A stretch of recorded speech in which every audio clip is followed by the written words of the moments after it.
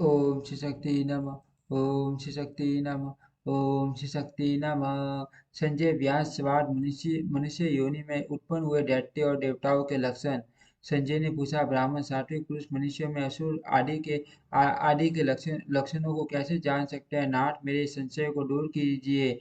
व्यास जी बोले, दिविजों तथा अन्य जातियों में अपने पूर्वकृत पापों के अनुरूप असुर, राक्षस और प्रेत वे जन्म ग्रहण करते हैं, किंतु वे अपना स्वभाव नहीं छोड़ते। मनुष्यों में जो असुर जन्मते हैं वे सदा ही लड़ाई झगड़ा करने को उत्सुक रहते हैं। जो मायावी, दुराचारी और क्रूर हो, उन्हें इस पृथ्वी पर राक्षस समझना चाहिए। इसके विपरीत एक भी बुद्धिमान एवं सुयोग्य पुत्र हो तो उसके द्वारा समूचे कुल की रक्षा होती है। एक भी वैष्णव पुत्र अपने कुल की अनेकों पीढ़ियों का उद्धार कर देता है। जो पुण्य तीर्थों और मुक्ति से क्षेत्र में ज्ञान पूर्वक मृत्यु को प्राप्त होते हैं, वे संसार सागर से तर जाते हैं। और जो ब्रह्म ज्ञानी होते हैं, वे स्वयं तो तरते ही हैं, दूसरों को भी तार देते हैं। एक पतिव्रता स्त्री अपने अपने कुल की अनेकों अनेकों पीढ़ियों का उद्धार कर देती है। इसी प्रकार देवी और देवताओं के पूजन में तत्पर रहने वाला धर्मात्मा जितेंद्रिय पुरुष भी अपने कुल का उद्धार करता है।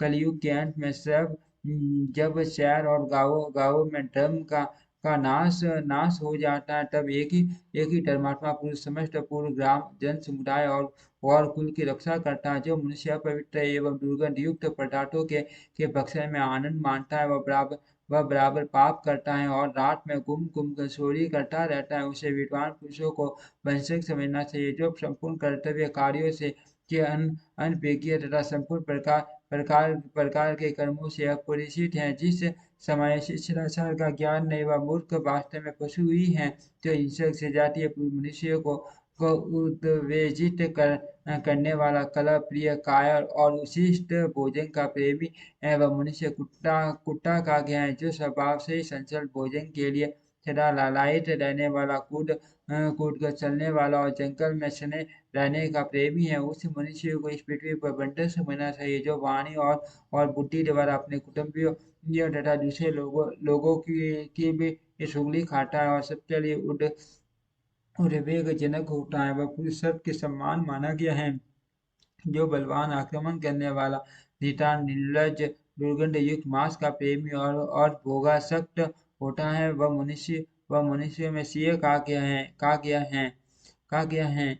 उसकी आवाज सुनते ही दूसरे पेड़ियारी की श्रेणी में गिने जाने वाले लोग भयभीत और दुखी हो जाते हैं। जिनकी दृष्टि दूर तक नहीं जाती, ऐसे लोग हाथी माने जाते हैं। इसी क्रम से मनुष्यों में अन्य पशुओं का विवेक कर लेना चाहिए। अब हम नर रूप में स्थित देवताओं का लक्षण बतलाते हैं। जो दिव्य देवता, अतिथि, गुरु, साधु और तपस्वियों के पूजन में संलग्न रहने वाला, नित्य तपस्या परायण, धर्मशास्त्र एवं नीति में स्थित, क्षमाशील, क्रोध जय जय, सत्यवादी, जितेंद्रिय, लोभहीन, प्रिय बोलने वाला, शांत, धर्मशास्त्र प्रेमी, दयालु, लोकप्रिय, मिष्टभाषी, वाणी पर अधिकार रखने वाला, सब कार्यों में दक्ष, गुणवान, महाबली बलि, साक्षात विद्वान, आत्मविद्या आदि के लिए उपयोगी कार्यों में संलग्न, घी और गाय के दूध, दही आदि में तथा निरामिष भोजन में रुचि रखने वाला, अतिथि को दान देने और पार्वण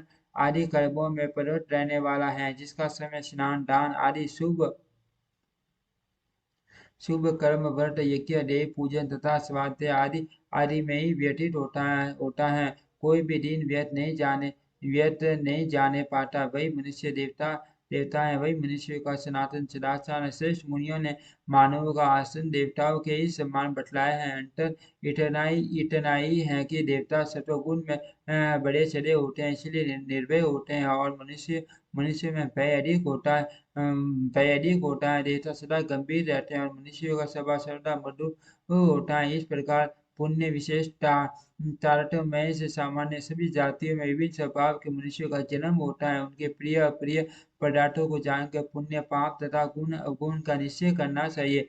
मनुष्यों में यदि पति पत्नी के अंदर जन्मगत संस्कारों का भेद हो तो उन्हें तनिक भी ये सुख नहीं मिलता। चालुक्य आदि मुक्ति की स्थिति में रहना पड़े अथवा नरक में जाति संस्कार वालों में ही परस्पर प्रेम होता है। शुभ कार्य में संलग्न रहने वाले पुण्यात्मा मनुष्यों को अत्यंत पुण्य के कारण दीर्घायु की प्राप्ति होती है तथा जो दैत्य आदि की श्रेणी में गिने जाने वाले पापात्मा मनुष्य हैं उनकी मृत्यु जल्दी होती है। सतयुग में देव जाति के मनुष्य ही इस पृथ्वी पर उत्पन्न हुए थे। दैत्य अथवा अन्य जाति के नहीं।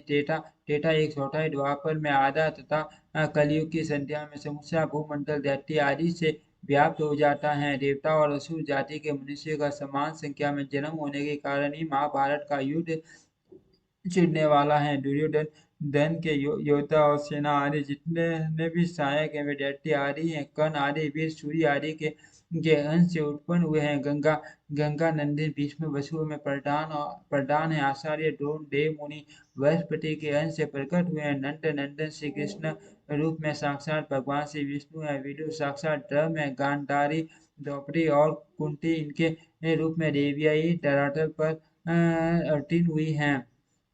जो मनुष्य जितेंद्रिय दुर्गुणों से मुक्त तथा नीति शास्त्र के तत्वों को जानने वाला है और ऐसे ही नाना प्रकार के उत्तम गुणों से संतुष्ट दिखाई देता है, वह देव स्वरूप है। स्वर्ग का निवासी हो या मनुष्य लोक का, जो पुराण और तंत्र में बताए हुए पुण्य कर्मों का स्वयं आचरण करता है, वही वही इस पृथ्वी का उद्धार करने में समर्थ है। जो श्री विष्णु शक्ति सूर्य और गणेश का उपासक और समस्त पितरों को टालकर इस पृथ्वी का उद्धार करने में समर्थ है। विशेष जो वैष्णव को देख कर प्रसन्न होता है, उसकी पूजा करता है, वह सब पापों से मुक्त हो इस भूतल का उद्धार कर सकता है। जो ब्राह्मण यजन याजन आदि सह कर्मों में संलग्न सब प्रकार के यज्ञों में प्रवृत्त रहने वाला और सदा धार्मिक उपाख्यान सुनाने का प्रेमी है, वह भी इस पृथ्वी का उद्धार करने में समर्थ है। जो लोग विश्वासघाती कटगन व्रत का उल्लंघन करने वाले तथा ब्राह्मण और देवताओं के देवर्षि हैं, वे मनुष्य पृथ्वी का नाश कर डालते हैं। जो माता पिता स्त्री गुरुजन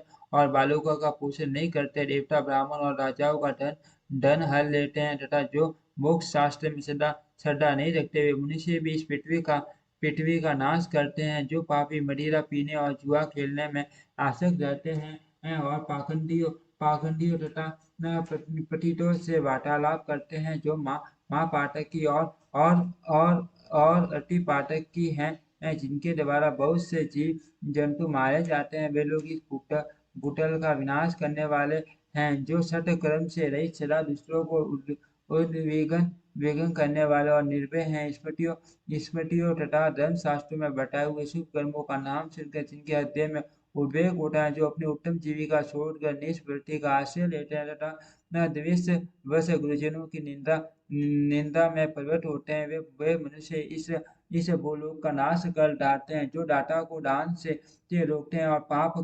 कर्म की ओर प्रेरित करते हैं तथा जो दीनों और अनाथों को पीड़ा पहुंचाते हैं, वे लोग इस भूतल का सत्यानाश करते हैं। ये तथा और भी बहुत से पापी मनुष्य हैं, जो दूसरे लोगों को पापों में ढकेल के इस पृथ्वी का सर्वनाश करते हैं। जो मानव इस प्रसंग को सुनता है, उसे इस भूतल पर दुर्गति दुख दुर्भाग्य और दीनता का सामना नहीं करना पड़ता। उसका दैत्य आदि के कुल में जन्म नहीं होता तथा वह स्वर्गलोक में शाश्वत सुख का उपभोग करता है। ओम श्री शक्ति नमः। ओम श्री शक्ति नमः। ओम श्री शक्ति नमः।